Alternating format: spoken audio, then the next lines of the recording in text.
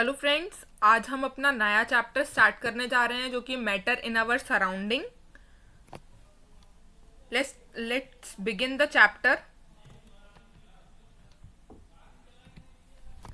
What is matter? Matter is everything around us.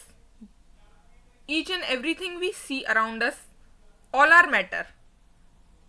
For example, bottles, bell, balloons, fruit, books, pen, all is matter. जो भी हम अपने आसपास देख रहे हैं, बुक्स, कॉपीज, सारा कुछ ही मैटर है। कैसे? Everything that have mass and occupies space is called matter. जो भी चीज़ें, ऐसी चीज़ें हम आसपास देखते हैं, अपने हर चीज़ को एक सर्टेन स्पेस चाहिए होती है और हर चीज़ में कुछ ना कुछ मास होता है, तो everything that has mass and occupies space is known as matter. For example, if we see balloons, they occupy space, and the air filled inside it also occupies space.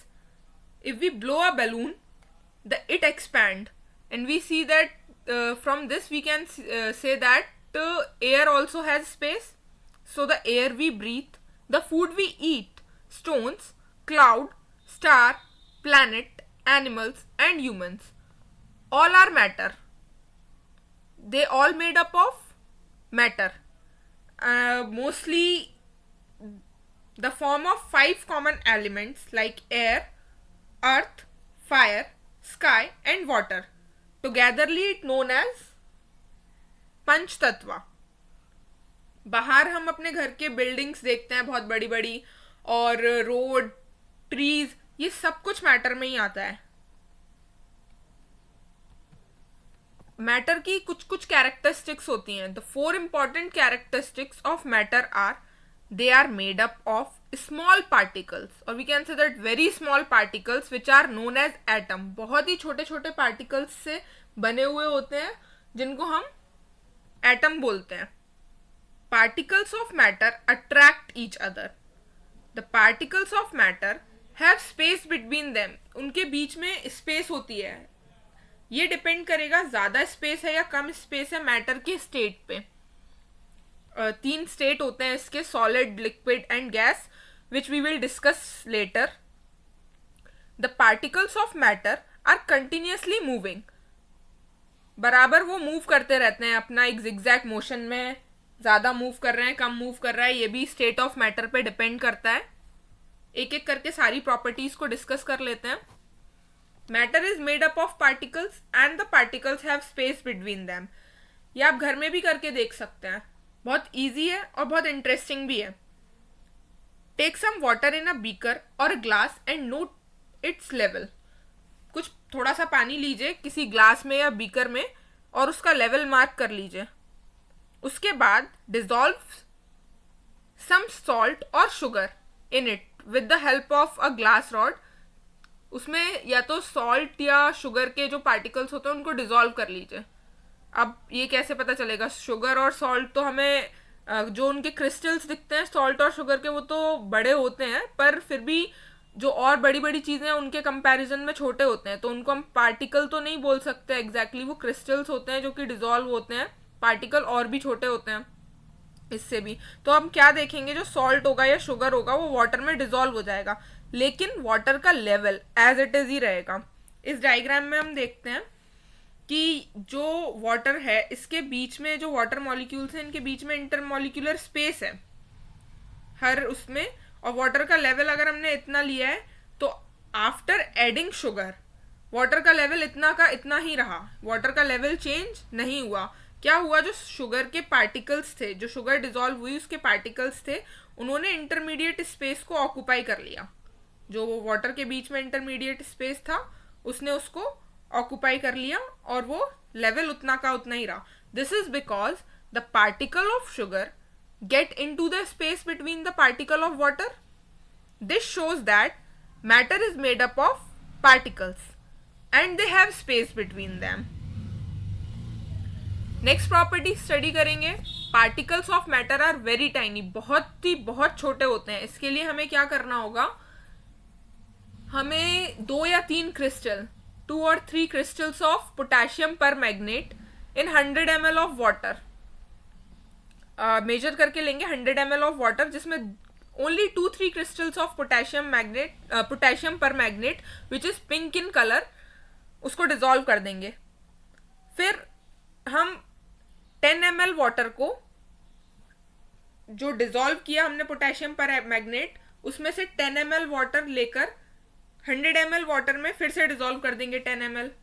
फिर उस डिजोल्व वाटर से दूसरे 100 ml में dissolve कर देंगे. ऐसा process हम 4-5 बार या 5-6 बार करेंगे तो what we will notice, we notice that the colour of potassium permanganate initially was dark, here it is dark, and जब हमने काफी सारे स्टेप्स कर लिए तो ये लाइट हो गया. Why? Because it contain more number of particle and it contained less number of particle as only 10 ml solution was transferred, but the solution was still colored. This shows that few crystal of potassium permanganate can color a large volume of water because there are millions of tiny particles in each crystal. In each crystal there are number of particles. This process is also known as serial dilution because we are diluting it serially. Only 10 ml water we are just dissolving it in 100 ml of water. Now particles of matter are continuously moving. How we can prove that? By performing an activity. We can say that the water, if we put a water in a beaker and drop a amount of ink slowly to the side of the wall of the beaker and leave it undisturbed for few hours, what we will notice? After some time, the ink get completely dissolved in water. If we spread ink in a water, in a transparent glass, if we this we can perform at home also. If we drop a ink of a gel pen in the water, then what happens? The ink spread evenly through the water. यहाँ क्या किया हमने, ink को dissolve किया. ऐसा नहीं होगा कि यहाँ ज़्यादा डार्क है यहाँ लाइट है, ये थोड़ी देर के बाद अपने आप ही पूरा इस तरह से स्प्रेड हो जाएगा और पूरा एक ही कलर ले लेगा.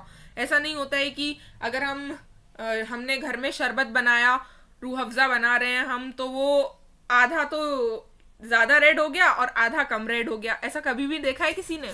तो ऐसा नहीं होता है. So the ink spread evenly through the water due to the movement of particle. This is because जो पार्टिकल्स होते हैं वो मूव करते हैं. तो the intermixing of 2 or more different type of matter on their own, it's called diffusion. The process is known as diffusion. अब जब वो अपने आप ही मिक्स हो रहे हैं तो उस प्रोसेस को कहा गया है हमने diffusion. Particles of matter they attract each other. जो पार्टिकल्स होंगे मैटर के वो आपस में एक दूसरे को अट्रैक्ट करते हैं. इसके लिए भी we can perform activity. Take an iron nail, a piece of chalk and a rubber.